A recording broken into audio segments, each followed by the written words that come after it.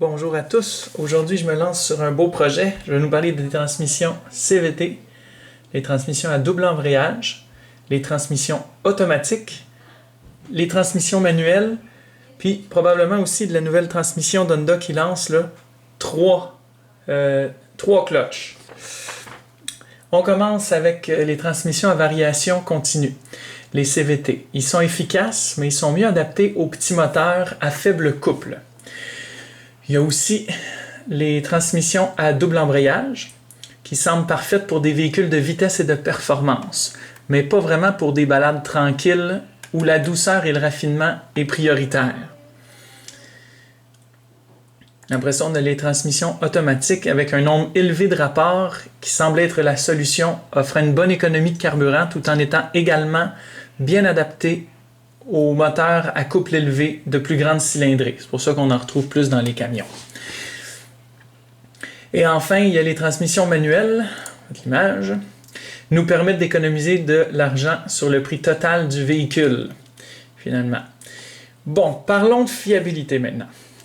La CVT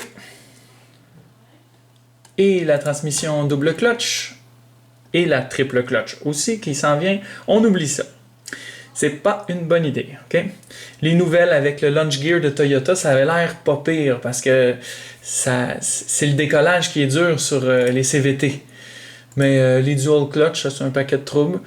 Puis les transmissions automatiques, on essaye de pas prendre plus que 6 vitesses. Après ça, vous êtes mieux de faire bien vos devoirs, vos recherches, parce qu'il y en a beaucoup qui font dur, là. Il y en a beaucoup qui sont pas fiables. Je dis pas qu'il y en a pas qui sont bonnes, là, mais il y en a une coupe. C'est pas bien bon. Après ça, les transitions manuelles. 5 vitesses, c'est en masse. Ça fait des années que c'est 5 vitesses. Là, ils ont des nouvelles. Ben, pas des nouvelles, là, ça date un peu, là, mais 6, 7, 8 vitesses manuelles, c'est beaucoup trop complexe. Vous allez commencer à avoir des problèmes pour rien. 5 vitesses, c'est correct. Là. Vous ne sauvez pas tant que ça d'économie, là. On parle de quelques pourcentages, mais on parle de beaucoup de problèmes.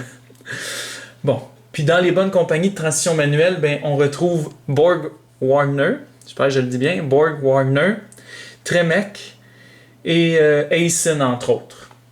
Puis après ça, ben, on essaie d'inviter la Getrag, okay? G-E-T-R-A-G. Ils sont faits en Chine, puis c'est la plus grosse compagnie de transmission au monde. Puis on essaie de l'éviter parce que les nouvelles, ils font défaut. Avant, c'était peut-être pas si pire, mais là, ça marche pas bien. Fait que pour terminer, il y a seulement 3% de la population qui achète des voitures à transition manuelle. 3%, c'est pas beaucoup, là. Même s'ils sont probablement les plus fiables sur le marché. Fait que les gens, ils regardent pas beaucoup la fiabilité. Ils regardent le look de l'auto. Ah, elle est cute, elle. On va l'acheter. Mais il faudrait regarder aussi comment ils sont faits, là. Bon. C'est ça. Ce sont probablement les transmissions manuelles les plus fiables sur le marché, sauf à quelques exceptions près. Puis il y en a deux qui venaient en tête vite comme ça, les plus récentes là, qui ont fait un fiasco, c'est Jeep Wrangler puis la Ford Mustang.